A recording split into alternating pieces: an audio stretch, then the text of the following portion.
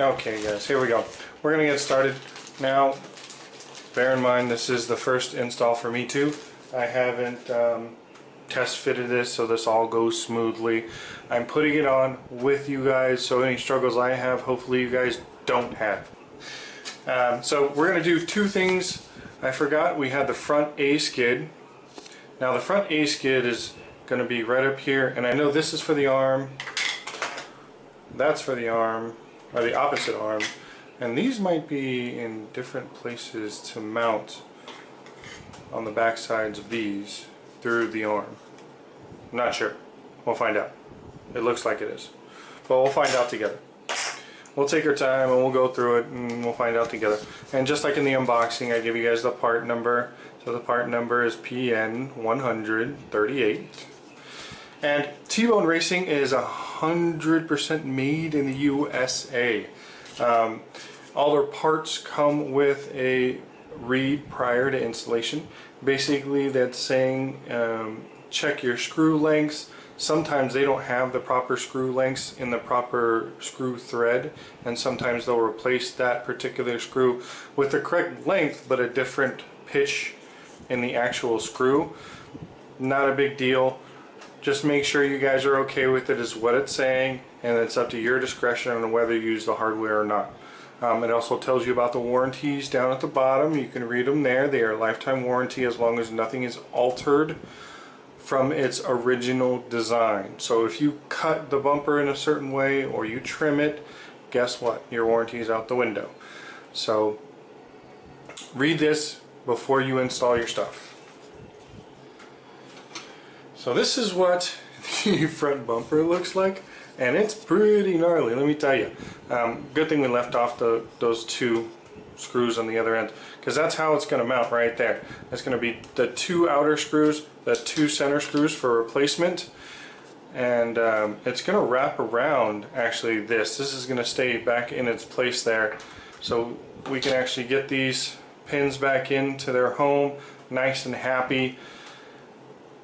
And then we're going to install actually our front bumper and then put on our big T-bone bumper. So let's get this front bumper thrown on. Front plate, front bumper. First we got to get our pins in all the way, and look at that.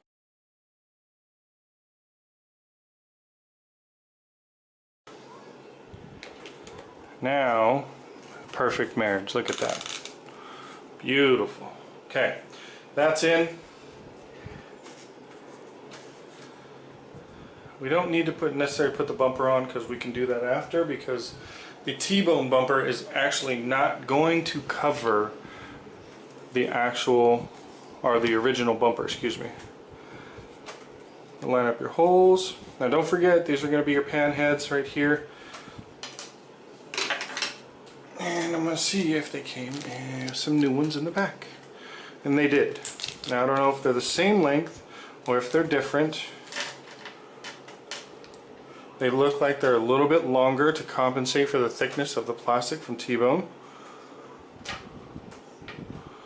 So this is your stock one. See that there? I'm holding on to the head of it. And you can actually compare them this way. I'll put them right there. Thread to thread, and it's quite a bit longer. 5 mil maybe a little bit more, a little less if you go to the head, to the base of the head.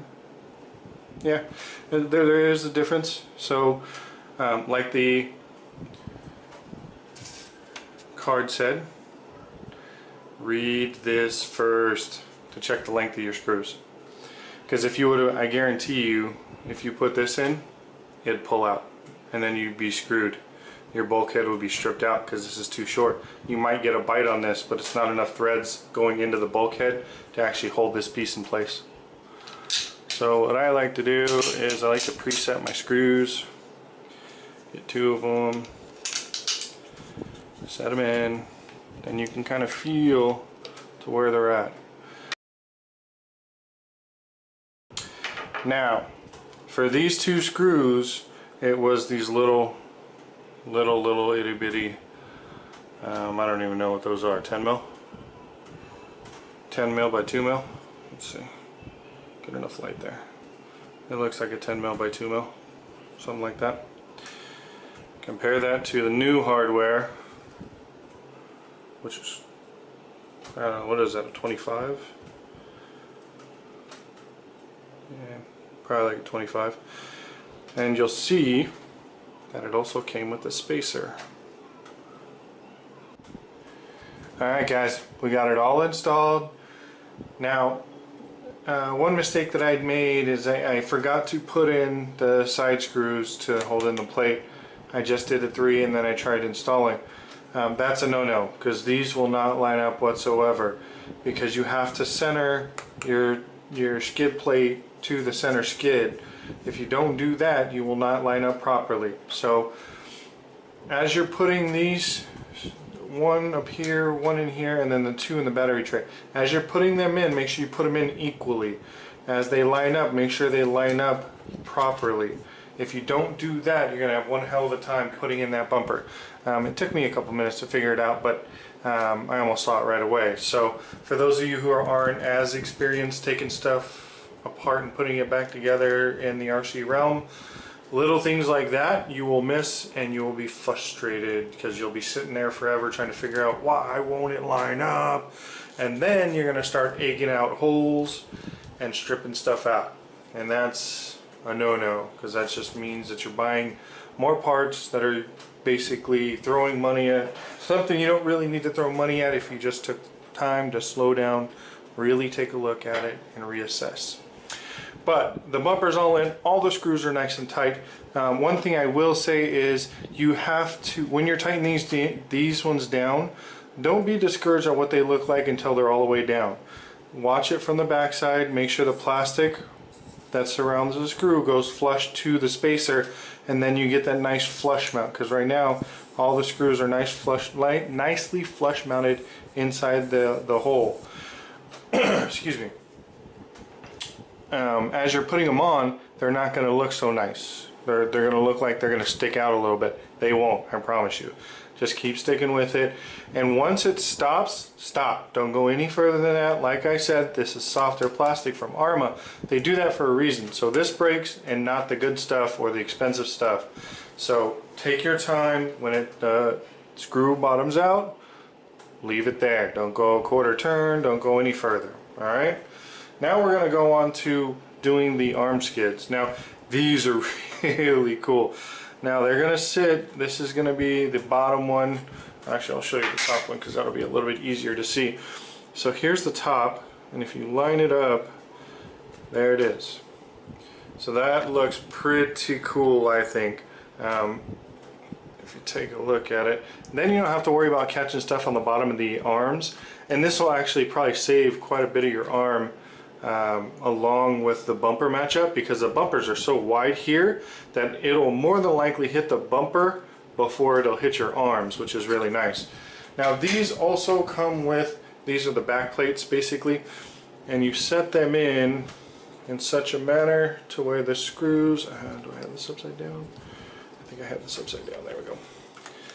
In such a manner to where one screw will come through the smaller part and the other screw will go through the other. Let me see if there's enough light in there to actually so you guys can see it.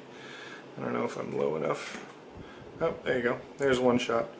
So that's what it looks like when, so one screw will go down here, and then the other one will go just above it, and then there's one more right there.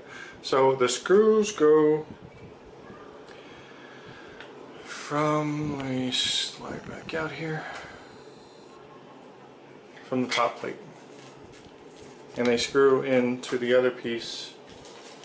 There are no nuts in here, but these screws are substantial. These are about the same thickness and length as the ones that you put up here, so I would assume they're a 2.5, which is really nice. Good strong hardware.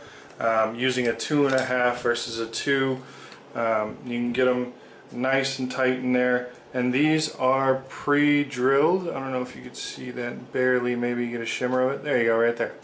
These are pre-drilled to actually receive those screws. So be careful. Don't cross thread them. Take the time once again and put them on. Alright? I'm going to throw one of these on so you guys can see it, and I'll be right back.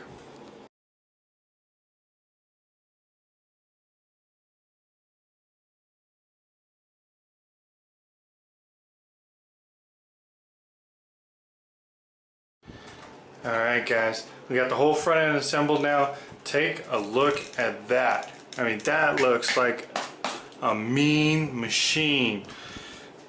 I'll show you, give you guys a good front shot here. Move the camera a little bit. I mean, wow, what a difference in structure.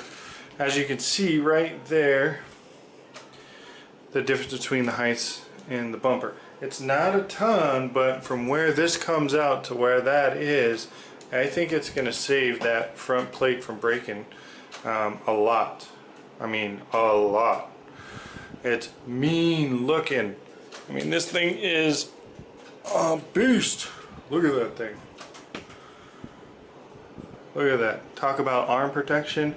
Plus you have your skids down here, so if you bottom out, you just slide right off of the skids. The arms aren't taking a whole lot of full frontal hits, which I've already done a ton of on this truck. I mean, that looks beastly. And let's get into the center skid. Number is going to be PN 142 chassis skid. There's all the info if you want to check them out. tboneracing.net. There is for questions or comments, concerns. There's Facebooks. Check them out. I mean, so far I'm very impressed for what they've put out so far. Like I said, my buddy had it on his Summit and literally held that chassis together. It was insane, and he continued running it with a broken chassis. Literally the back end of the chassis, because you know it's the same chassis as the Revo, has the tab to basically that sticks out like a nose that holds on to everything in the back end. Well, that was broke, and the only thing that was holding everything together was the T-Bone Racing rear skid. So I mean, if that's not testament enough to the company and how they make things and produce items, I don't know what is. I don't know how much better you can get than that for, you know, someone vouching like that. So let's take a look at this guy. Let's get those screws out of there.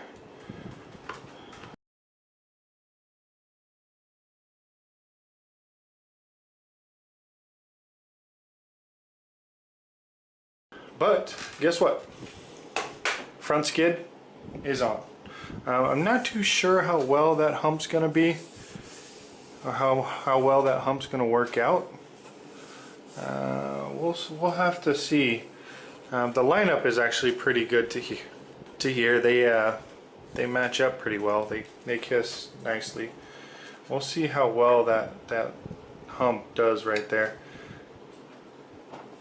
Pretty predominant hump. I don't know if you can see it from that angle, but I'll move you guys that way and see if we can get the light to catch it just right.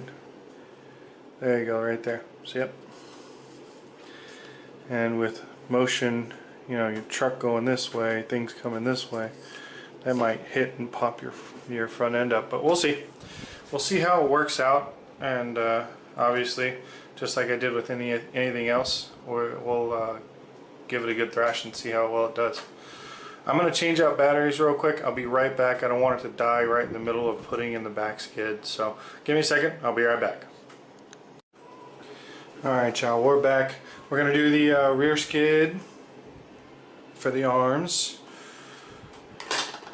We're also going to do the rear bumper slash wheelie bar, because I really like that.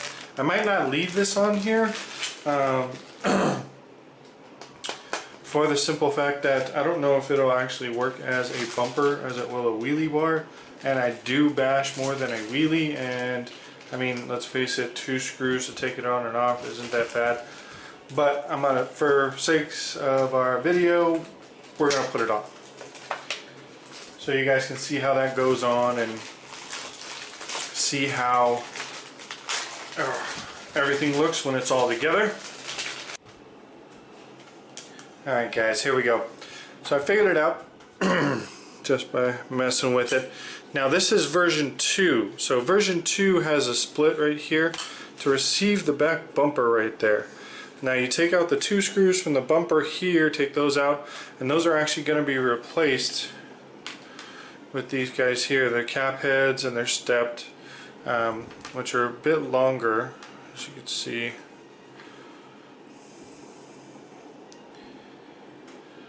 The cap at the bottom. Look at the difference. Quite a bit of difference there. I'm sorry for the lighting. Like I said, we're in my house, in my kitchen. I'm actually trying to do this. But we got everything mounted up. So you got the plate first, then your bumper, or then your wheelie bar, and then you got the support brace plastic piece, I guess. So they want you to feed the bumper through till it stops all the way to that point. See how it lines up? It lines up in the holes nicely. I'm not going to be able to really get that just because of the lighting, sorry about that. But then you replace the bumper, put it back where it belongs.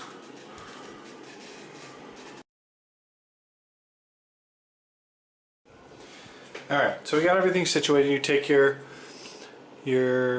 mounting hardware, so your longer screws, and you take the washer, you put the washer out of the longer screw, feed it through the, I'm going to imagine you call it a pressure plate, because it's, or a mounting plate for this particular piece, because it's split right here.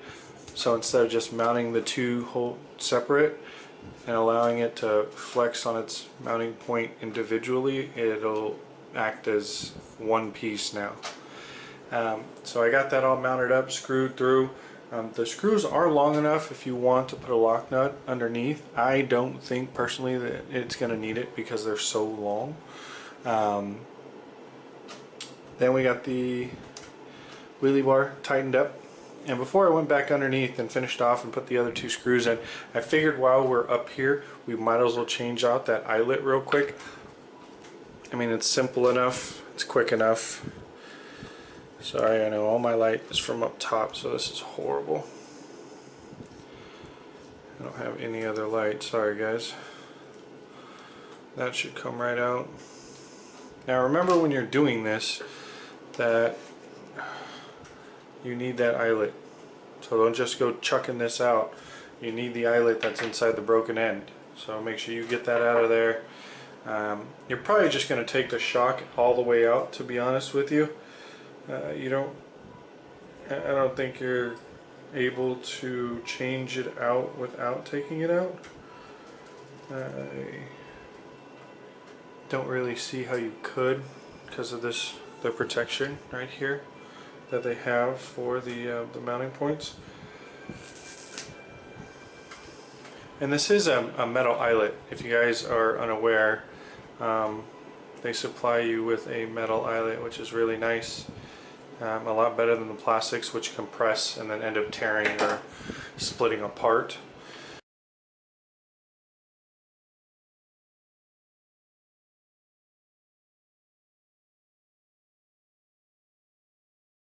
And if you guys are going to change the tension right here, find a way to measure your gap from this point right below the cap to the top of your spinner. Find out what your distances are, so that way you're even all the way across. Or if you want stiffer in the rear or stiffer in the front so it doesn't lift as much, make sure you measure those out, because otherwise what's going to happen is it's going to look like it's torquing if you're uneven. Well, really it's not torquing at all, it's just you didn't set the spring tension correctly and it's going to be completely uneven. So you slide your shock back in. Now you got to open these up a little bit because there's a capture spot that captures the eyelet.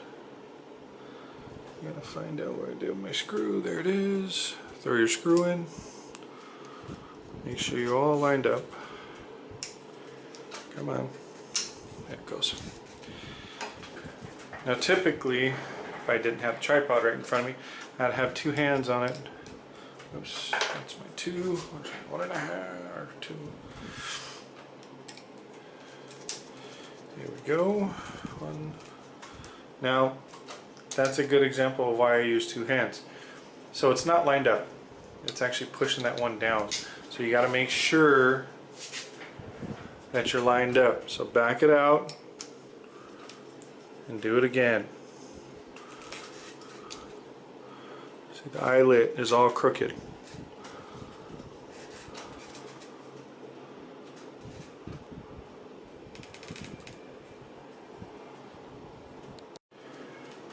Alright, so I flipped over the truck and I did one of the bottom skids already so you can see what it looks like. We're going to install the top one there.